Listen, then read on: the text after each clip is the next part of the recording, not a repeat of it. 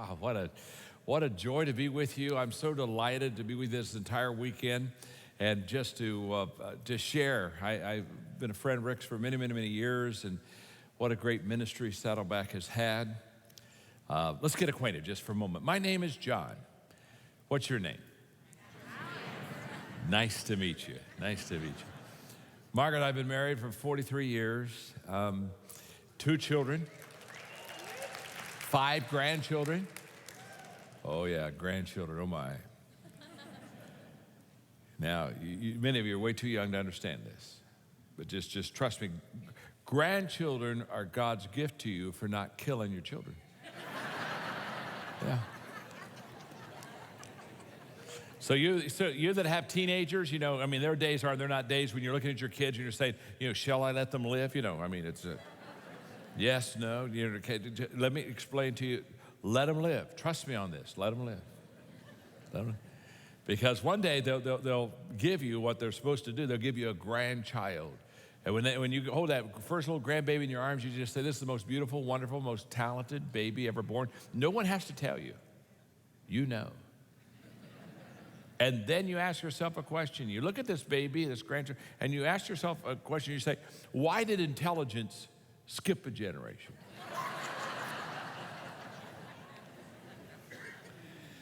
I was in a large conference, and I was telling that story, and I forgot that my son Joel was in the audience.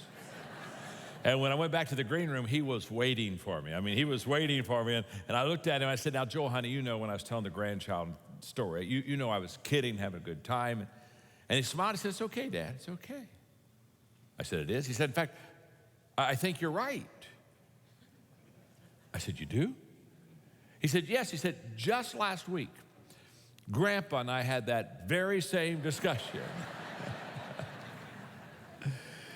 I turned 65 this year, and when you turn 65, most of you are way too young for this, but what's wonderful, when you turn 65, you get wisdom.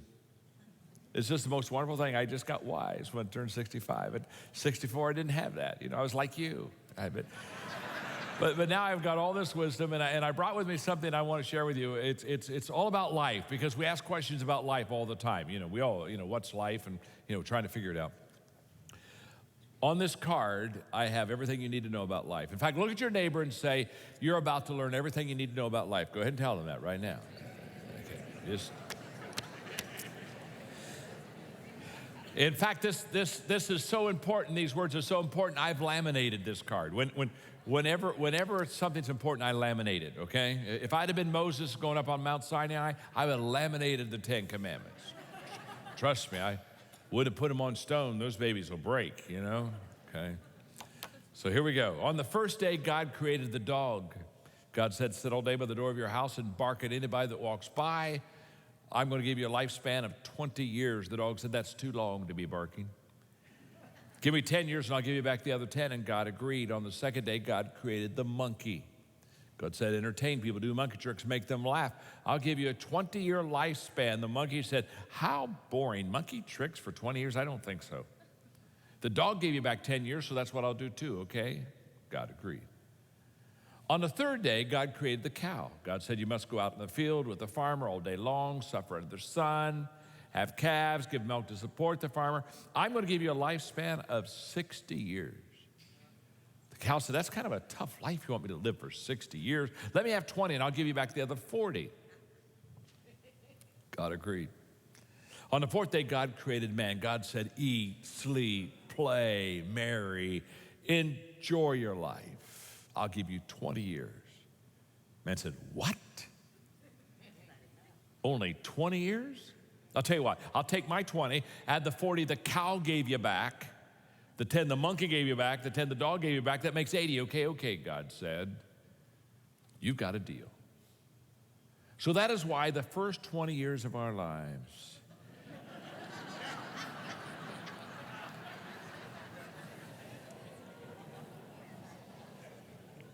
You're good, aren't you? Yeah, you're good. You're just good. You're just quicker than the average crowd, aren't you? You're just good, I can tell. So that's why the first 20 years of our lives, we eat, sleep, play, enjoy ourselves. For the next 40 years, we slave in the sun to support our family. For the next 10 years, we do monkey tricks to entertain the grandchildren. And for the last 10 years, we sit on the front porch and we bark at everybody that goes by. You've just had life explained to you, my friend. Wow. When I came to Christ, I was a junior in high school, and the love of God just made a tremendous difference in my life. And I could remember how, as a young person, I was so overwhelmed with God's grace that I thought I really would like to do something great for God. God had done something great in me, and I wanted to do something great for God. But I grew up in a little small town in Ohio, a little farming community, and I went to a small church in the small town, and I belonged to a small denomination. I mean, really small. Their idea of progress was moving backwards slowly, okay? You got the picture? And so as I had people kind of always pressing in on me, and I kept thinking, boy, I would really like to do something wonderful. I would like to make a difference. But I felt a little cramped emotionally and just with space as far as my dreams were concerned. And then I remember I went to a Billy Graham crusade in Columbus, Ohio, and there the stadium was full of people, and he preached this wonderful message, and thousands of people came forward, and I could still remember how my heart just began to breathe, and I just began to sense that maybe in my dream journey I could really make a difference.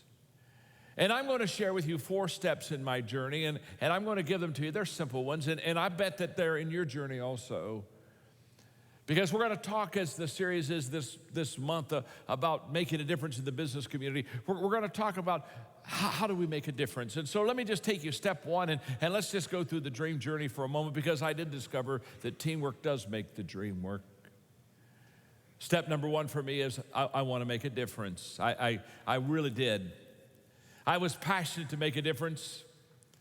And I was willing to work hard. I was willing to give it effort. I was willing to give it my best shot.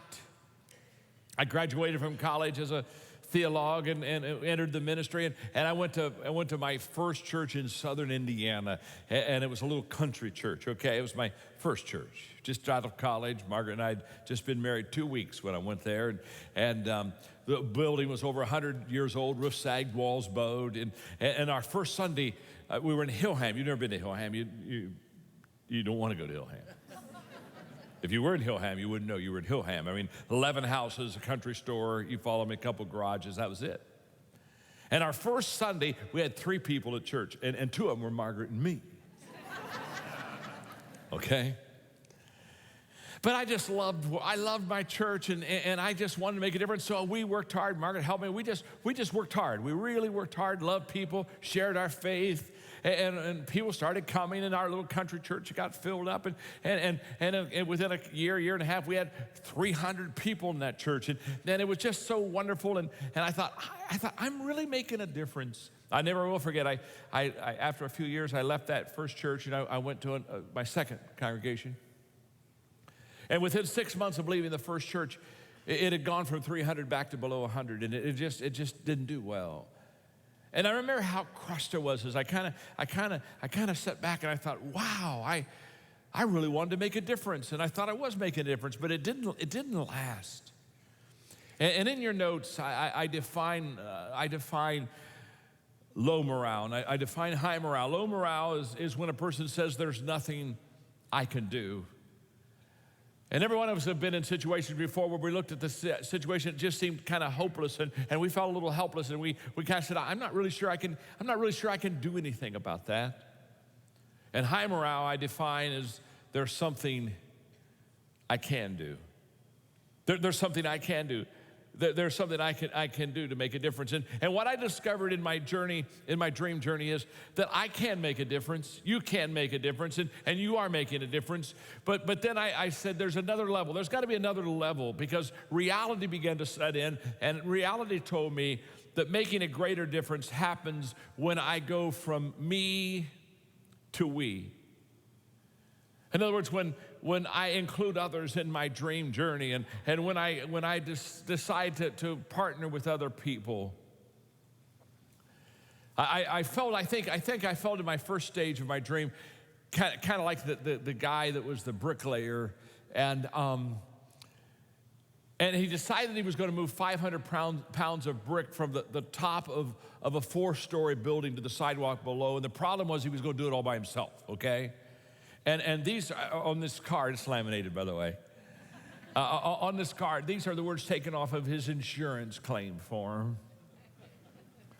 It would have taken too long to carry the bricks down by hand, so I decided to put them in a barrel and lower them by a pulley, which I'd fastened to the top of the building. So after tying the rope securely at ground level, I went up to the top of the building and I fastened the rope around the barrel, loaded it with bricks, swung it out over the sidewalk for the descent. Then I went down to the sidewalk and I untied the rope, holding it securely to guide the barrel down slowly. But since I weigh only 140 pounds, the 500-pound load jerked me from the ground so fast that I didn't have time to think of letting go of the rope. And as I passed between the second and third floors, I met the barrel coming down. This accounts for the bruises and the lacerations on my upper body. I held tightly to the rope until I reached the top where my hand became jammed in the pulley. This accounts for my broken thumb. At the same time, however, the barrel hit the sidewalk with a bang and the bottom fell out. With the weight of the bricks gone,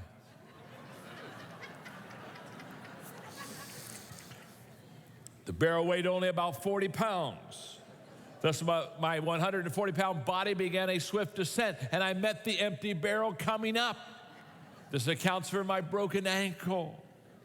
Slowed only slightly, I continued the descent, and I landed on the pile of bricks. This accounts for my sprained back and my broken collarbone. Now, these next words, I'd like to contend. He said, at this point, I lost my presence of mind completely. And I let go of the rope. And the empty barrel came crashing down on me. This accounts for my head injuries. And as for the last question on your insurance form, what would I do if the same situation arose again? Please be advised, I'm finished trying to do the job all by myself. That's exactly how I felt. When I started this dream journey, I thought, wow, I'm doing my best, but it's not really accomplishing what I want to. And so I came to my second stage of the journey. I want to make a difference with stage one. Number two, stage two is I want to make a difference with people who want to make a difference. Wow.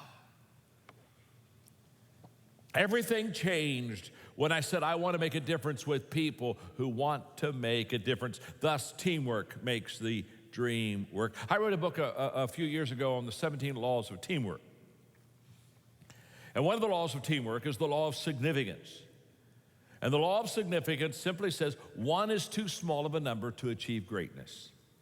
In other words, by myself, I can't really do something major and significant. Now, with others, I can, but one is too small of a number to achieve greatness. I was in South Africa, and I was speaking at a large business convention in an arena for about 10,000 business people, and I was teaching all day the laws of teamwork, the 17 laws of teamwork. That was the training for that day. And I was on the law of significance, and so I looked at that crowd, and I said to them, I said, name one person outside of Jesus, name one person by himself without the help of anybody else did anything significant for mankind. And I just threw it out as a rhetorical question, kind of like this is just a thought, a question of give you thought. And I never assumed that somebody was going to yell back an answer. And you know, have you ever asked a question to somebody and there was a guy clear up in the balcony, and as soon as I asked the question, he yelled out, Charles Lindbergh. I thought, man, he's been waiting for that question all his life. He said, Charles Lindbergh, he crossed the Atlantic Ocean all by himself, solo, in a plane. He was the first guy to do that solo. And I said, wow, you're right. He did go across the Atlantic Ocean by himself. And everybody clapped and cheered. They thought he got one. But then I said, sir, do you realize Ryan Aeronautical Engineering built and designed the plane? Oh. It's hard to fly to Europe. It just is a hard job. And I said, do you know 10 millionaires help finance the trip? Any other suggestions? You see, one is too small a number to achieve greatness. And in my dream journey, once I began to understand the law of significance, I said, I want to bring other people around me. I need help. They need me. I need them. We need each other. Mother Teresa said it best. You can do great things that I cannot do. I can do great things that you cannot do, but together we can do great things. And then in my 21 Irrefutable Laws of Leadership, there's the law of the inner circle. And the law of the inner circle says a leader's potential is determined by those who are closest to him. The people that are the very closest to you, the closest to me, they're the ones that determine this. And so all of a sudden when I thought of the law of significance, I thought, wow, I need people for significance. I need people, and for my inner circle, I need the right people. You see, if we're going to make a difference in the business community, we're going to have to do it together.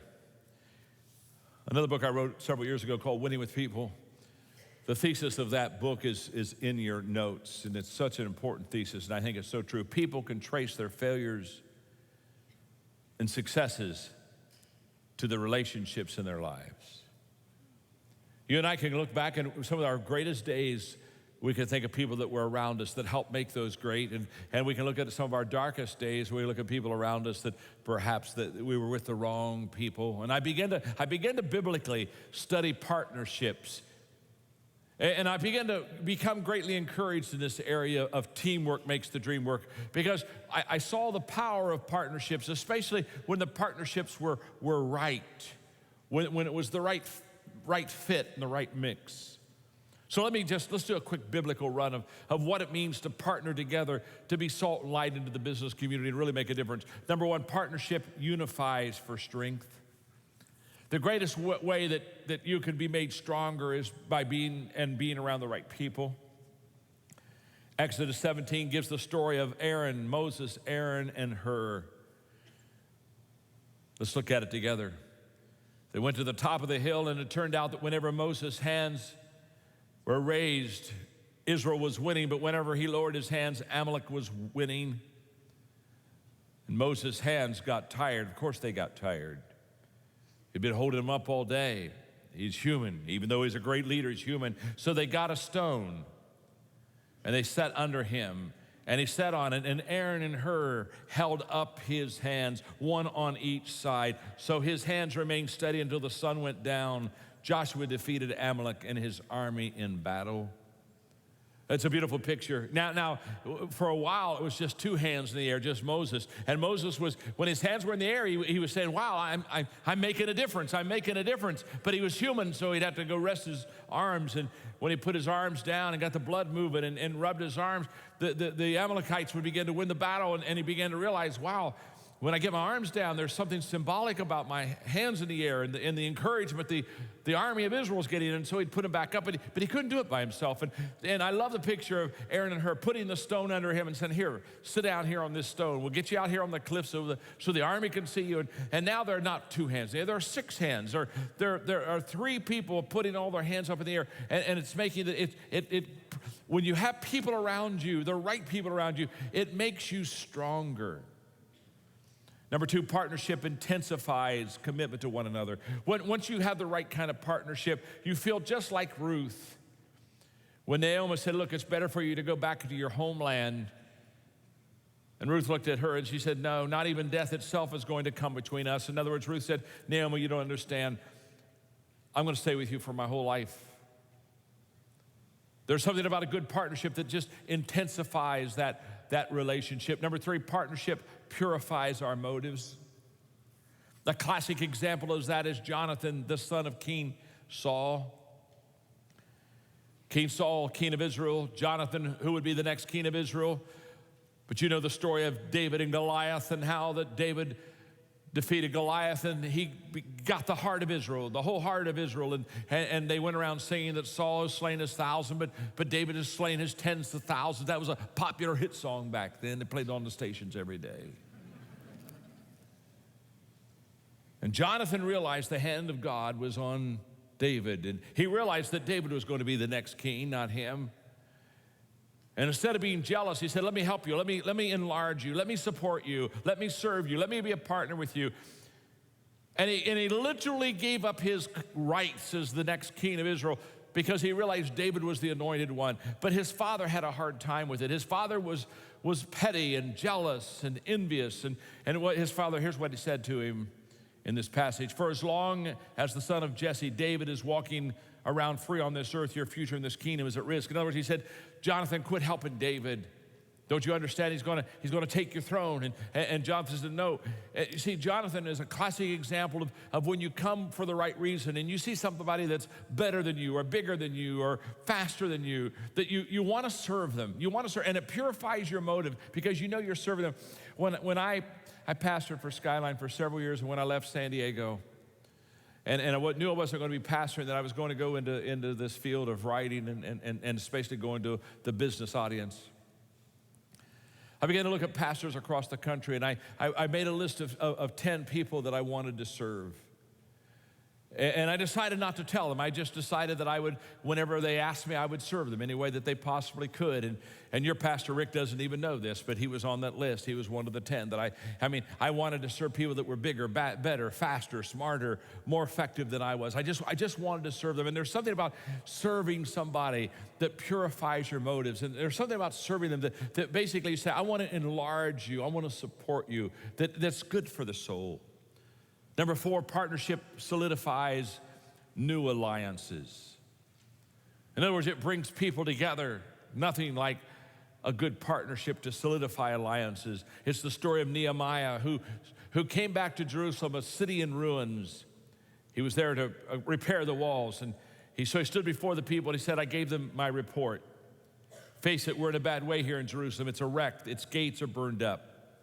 Come, he said, let's build the wall of Jerusalem and not live with disgrace any longer. I told them how God was supporting me and how the king was backing me up. And they said, we're with you, let's get started. They rolled up their sleeves, ready for their good work.